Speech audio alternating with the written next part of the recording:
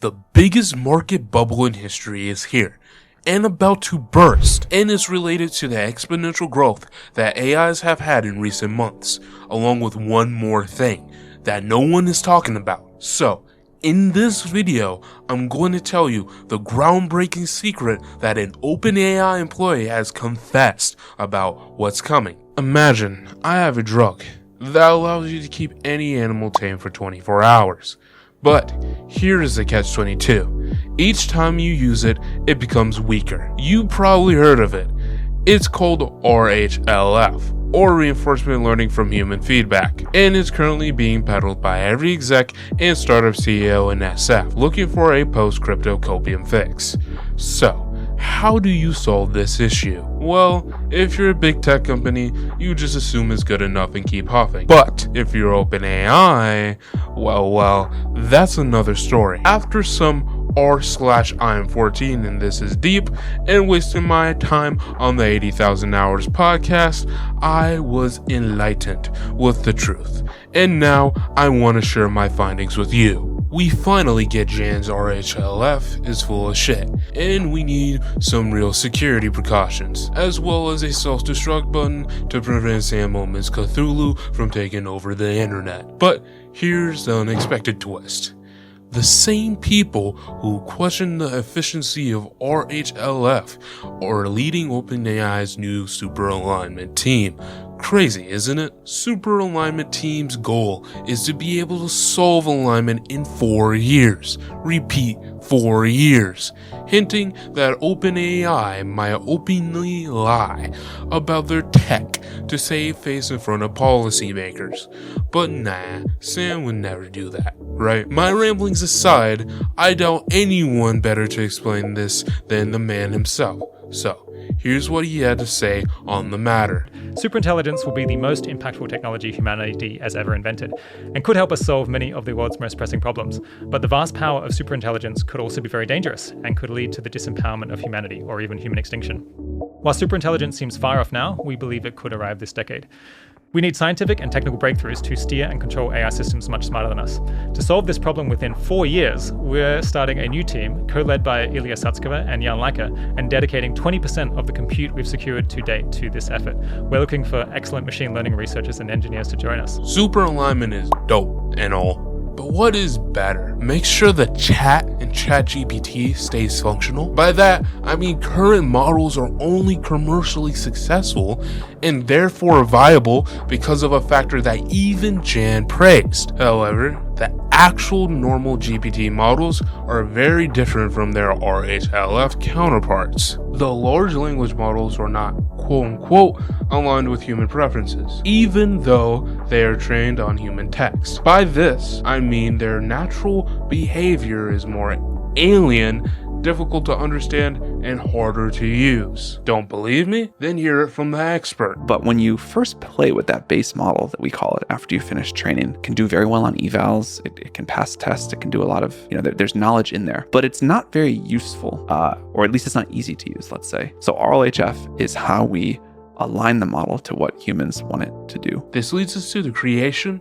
of the super alignment team. See, it is not a mistake that one of the first things in the Jan Leica interview was, if you look at how we are aligning large language models today, is using reinforcement learning from human feedback, which is basically a technique where you show a bunch of samples to a human and you ask them which one they prefer, or like a dialogue assistant or something. And then that becomes a training signal for, ChatGPT or other AI systems like it. And we fundamentally don't think that RLHF will scale, because they know the truth that RHLF will not fundamentally last. RHLF is what put OpenAI in this position in the first place, with 4th of March 2022 being the tipping point. Now that we know the role of the super alignment team in this whole mess, let's dive into the paper that started it all. On 4th of March 2022, a paper called Training Large Language Models to Follow Instructions with Human Feedback happened to be co-led by,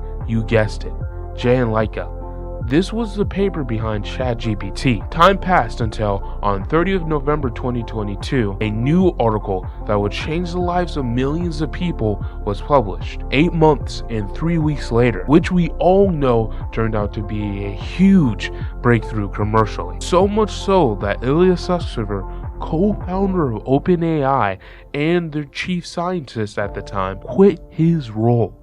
He, together with Jan Leica, a successful alignment team leader, created the Super Alignment Team. As a consequence, many companies started rushing to raise funding to capitalize on this AI hype and scale their business with models like Claude Next, Gemini, MetaGPT, etc. But in between, they forgot to tell their investors what happens when you ignore the Band-Aid problem and rely on half-assed methods such as RLAIF. No, I didn't say it wrong.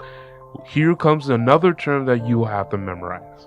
Don't hate me. RLAIF, which stands for Reinforcement Learning from AI Feedback, is explored in the paper RLAIF, Scaling Reinforcement Learning from Human Feedback with AI Feedback, which hopes to solve the issues with AI feedback to create artificially generated labels. And their results seem surprisingly on par with those of human-created labels.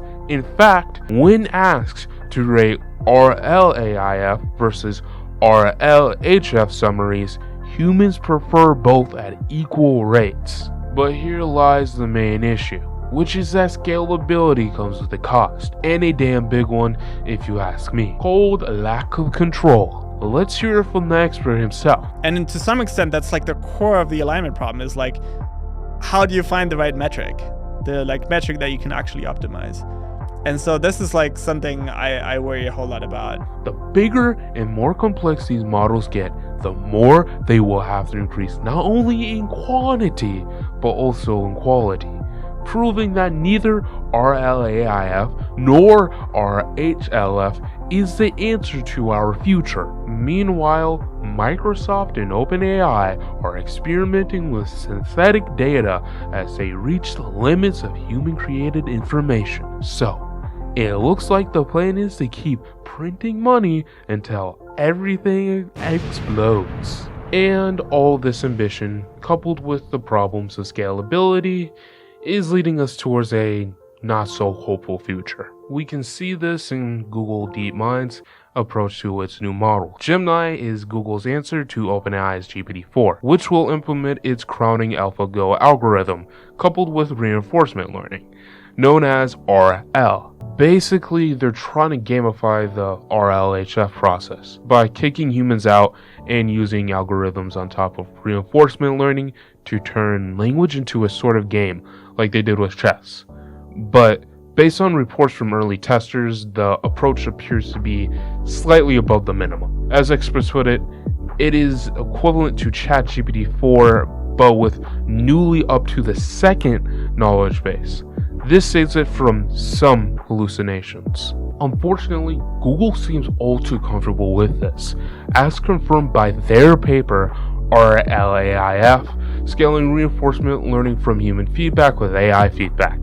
And it's safe to say they plan to incorporate this shit into their upcoming models. Therefore, it doesn't look so bright for the future of profitable models. Open problems and fundamental limitations of reinforcement learning from human feedback breaks down the fundamental issues that occur during the RHLF process, such as obtaining human feedback, good oversight, data quality, etc. However, even if we successfully use reinforcement learning from AI feedback, RHALF, to remove human intervention, there's a big stumbling block: the reward model and policy, which are critical to AI performance. Reward models are a component of machine learning systems that rates the model's behavior in the real world and incentivizes it to achieve the highest possible score. However, this mathematical representation of human preferences has issues with misgeneralizations, poor reward proxies,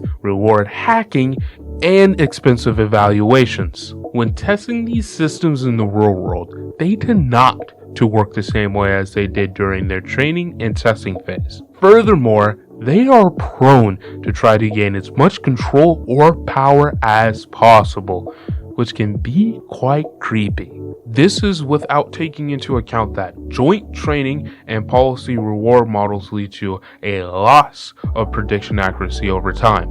So, even if RLHF learns successfully from the data, problems arising from generalization, reward model, and over-optimization limit its performance. Now, imagine all these issues occurring at scale. It easily gets to the point where asking a complex and large model to do X and X, even with reinforcement learning from human feedback, will become redundant, especially as that task becomes more complex, which will limit its scalability. But even if all these problems sound scary, there might still be a light at the end of the tunnel. OpenAI's super alignment team, led by Jan Laika, claims they will be able to solve the Band-Aid problem in 4 years or less. They challenged the industry's assumption about the lifetime of RHLFs and showed how upcoming models using RHLFs, like Gemini, will not last long and cause investors to go crazy. So, in the end, only those who are in the business of selling lies will be harmed, as well as those who are dumb enough to buy them. This video was a blast to make. So, if you enjoyed it and want to see more, subscribe, like, and comment. Now that you have heard my call for generic action, go click on the screen to watch my next video.